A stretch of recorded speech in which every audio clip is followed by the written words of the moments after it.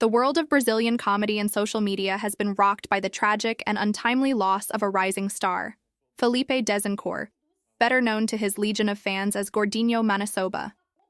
At just 27 years old, the beloved content creator, comedian, and aspiring politician passed away, leaving behind a legacy of laughter, resilience, and inspiration that touched countless lives across Brazil and beyond. His sister Jolma Vatapá confirmed the heartbreaking news in an emotional Instagram story that sent shockwaves through the online community. The gravity of her words reflected the magnitude of the loss. With trembling honesty, she told his followers, "I wanted to give you a lot of information, but unfortunately the news is not good.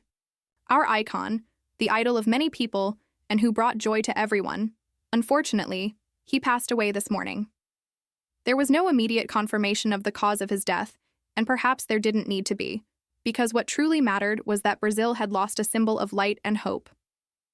The response from fans and loved ones was instant and overwhelming, as grief poured through comment sections and personal tributes began flooding timelines. While Jolma remained composed, her pain was palpable in a separate post she shared shortly after. "One day, the man who made us laugh so much, today brings tears of longing. But in our hearts, he will always live on, in memories, in gestures, in stories that will never be erased." Her words, poetic yet raw, echoed the collective mourning of thousands who had come to rely on Gordinho's videos for a daily dose of joy, for comedic relief during hard times, or for reminders that even through struggle, laughter is not only possible but powerful. Friends, fans, and fellow content creators took to the digital space to grieve. Some were in disbelief. Others clung to the joy he had given them. "My friend, see you in eternity," one user wrote, as if still not quite ready to say goodbye. Another post read simply, "Love you, brother, rest in peace." The sincerity of these messages reflected the way Gordinho had transcended digital fame to become something more. A friend, a confidant, a symbol of possibility. "My condolences to all the family members, how sad," someone else added, alongside a crying emoji. And still another. "I love you, friend.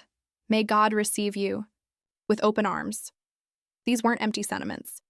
They came from hearts that had been touched by his unapologetic authenticity, by his fierce dedication to his roots, by his desire to use humor not as a mask, but as a megaphone.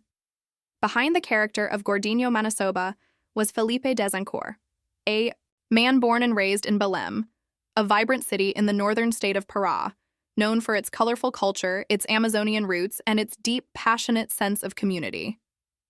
Felipe's life was not without hardship. Having been a wheelchair user since childhood, he was intimately familiar with the unique challenges faced by people with disabilities in Brazil, a country where access, representation, and inclusivity are still far from guaranteed. Yet rather than let his disability define him or limit his ambitions, Felipe transformed it into a platform. He was a bold, bright, and funny voice in a digital world that often overlooks or sidelines people with different needs. His content was distinctly local, proudly rooted in the rhythms, food, slang, and humor of Belém. His skits drew from his own life and the experiences of his community. There was something infectious about his joy, something magnetic in the way he turned daily struggles into comedy that never felt mean-spirited or self-deprecating, but instead empowering. He laughed not at himself, but with all of us, inviting his audience to see his world not with pity, but with shared recognition and pride. This authenticity helped him amass over 253,000 followers on Instagram, and even more across other platforms. Just days before his passing, he had shared with his fans that he had surpassed 30,000 followers on his official Facebook page. "We're growing there slowly, without going over anyone. Gratitude and let's go up," he wrote. It was a simple caption, and yet it encapsulated so much of who he was, a man who moved forward with humility, gratitude, and a quiet but unshakable sense of purpose. He wasn't just satisfied with online fame. Gordinho had dreams of entering politics, not for power or prestige, but to advocate more directly for the rights and visibility of people with disabilities. In 2020, he ran for the position of state representative of Pará under the Brazilian Democratic Movement, MDB. While he wasn't elected, his candidacy was more than symbolic. It was a challenge to a political system that often excludes voices, like his. It was a statement that people with disabilities don't just deserve to be seen, they deserve to lead. For many, his campaign was a breath of fresh air, a break from the usual political rhetoric. He brought charisma, humor, and lived experience to the table, something that resonated with younger voters and marginalized communities alike. But perhaps nothing spoke more to Felipe's heart than his relationship with Isa Gomez, his fiancée. Just 1 month before his death, the couple had celebrated their 1-year engagement anniversary. It was a milestone marked not with extravagance, but with tenderness and genuine affection. Isa had been a constant presence in his life, supporting his dreams, appearing in his videos, and loving him through it all. Following his passing, she posted a montage video on her Instagram, filled with intimate moments, laughter, and glimpses of a love that clearly ran deep. In her caption, she poured out her soul. "You will always be in my heart. Your departure has left a void that will never be filled, but your memory and love will stay with me forever. Thank you for being my companion, my friend, and my love. You will be deeply remembered and loved, my little baby Filipino." Those words struck a chord not just because they were heartfelt, but because they unveiled the side of Felipe the public rarely saw: the gentle partner, the romantic dreamer, the man who found in love a safe place amidst the storm of public life.